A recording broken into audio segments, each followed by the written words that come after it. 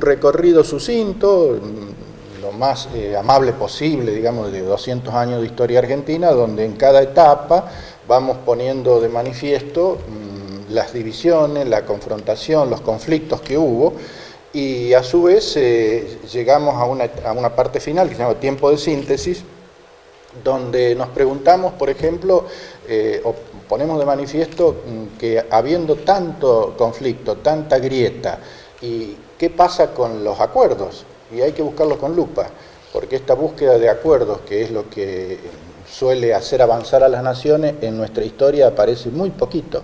De hecho, lo estamos necesitando, esta realidad la pide a gritos, un acuerdo nacional, pero de verdad, no mediático, ni marketinero, ni retórico, un acuerdo efectivo, sincero, y que las partes que se sumen estén de acuerdo, y que tienen que ser todos, estén dispuestos a cumplirlo. La ausencia de acuerdo es una de las constantes de la historia argentina.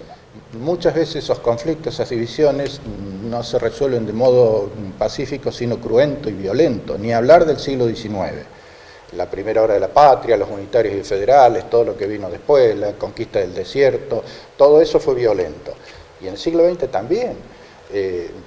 Tenemos episodios como el bombardeo a Plaza de Mayo en 1955, un día hábil en horas de la mañana, 400 víctimas, y ni hablar de lo que vino después, y sobre todo la última dictadura, durante el proceso con las secuelas de crueldad y de zozobra que dejó. Y del 83 para acá la violencia se va instalando, la estamos naturalizando. La sociedad no debe aceptar que la violencia, la inseguridad esté presente como algo natural. Todo lo contrario, tenemos que hacer un gran esfuerzo. Lo mismo podríamos decir de la corrupción, por ejemplo. Tampoco hay que naturalizarla y hay que aceptarla como un hecho inevitable o inexorable, porque no es así. Por ejemplo, el desapego a la ley, a cumplir con las obligaciones, a respetar la Constitución, también está presente en nuestra cultura, en nuestro ADN. El siglo XX fue nefasto en ese sentido, de la interrupción permanente de mandatos constitucionales, de inestabilidad política. Por eso vuelvo a lo mismo, los de afuera les cuesta entender la realidad argentina y la necesidad de hablar en el mismo lenguaje y llegar a los jóvenes con las herramientas y en el contexto que tenemos. Los veteranos, que somos nosotros, los llamados baby boomer, la generación X, los millennials, ahora los centennials. Y cada uno maneja hasta, diría, un lenguaje diferente en cierto sentido, y eso hace que sea un poco más difícil la interacción, pero es necesaria, re necesaria, porque los jóvenes tienen que hacerse cargo también de la parte que les corresponde, porque a ellos les va a quedar como legado esta querida patria que necesita urgente reparación. Si esto que está pasando, que está tan instalado, este asunto de la grieta, es una novedad, es una cosa de ahora, y la verdad que me indujo a analizar, a estudiarlo, y la mala noticia es que viene desde lejos, prácticamente desde que nacimos como nación independiente, porque la primera interna se produjo a los 5 minutos, cuando Saavedra y Moreno se sentaron en los sillones de la primera junta, y de ahí en más, donde pongas el dedo en la historia, donde pongas el zoom, aparece el conflicto, la división, la confrontación. Es como que forma parte del genoma argentino.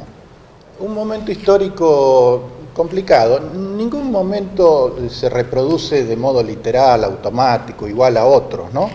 Pero este tiene sus características particulares, pero vuelve a poner en evidencia la incapacidad de los argentinos de cinchar para el mismo lado.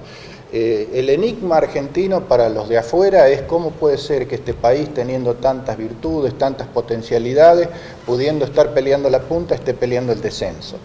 Entonces, la explicación de eso somos nosotros mismos, porque no tenemos a quién echarle la culpa, debemos hacernos cargo como sociedad y sobre todo la clase dirigente, ¿no? Creo que es un momento que nos vuelve a poner a prueba, porque lo que viene va a ser muy difícil para cualquiera. La agenda que viene es muy complicada, de modo que nos va a requerir y necesitar a todos. Y lo mismo los valores que a lo largo del tiempo hicieron de esta Argentina un país grande. La educación pública, por ejemplo, con su padre, Sarmiento, bueno, es una de las turbinas que puso a la Argentina en el mundo, que creó, digamos, una sensación de que estábamos muy adelantados al resto y hoy lo hemos perdido, de modo que hay que recuperar muchas cosas que hemos ido dejando en el camino. ¿Cómo puede ser que un país que produce alimentos, que tradicionalmente es un país productor de alimentos, que es capaz de suministrarlo a 400 millones de personas, tenga problemas de alimentación en su seno? Y sobre todo los niños, eso es tremendo porque los niños después sufren las consecuencias y las secuelas de una mala alimentación en la primera hora. Eso forma parte de lo que llamo yo la agenda de la emergencia, la agenda urgente, la que no puede esperar. Pero no es el único punto. Una vez que se solucionen, y lo mismo el tema de la pobreza y la marginalidad y todas las cuestiones, hay que abordar una agenda estructural, donde replanteemos muchas cuestiones, no solo desde el punto de vista económico, sino cultural.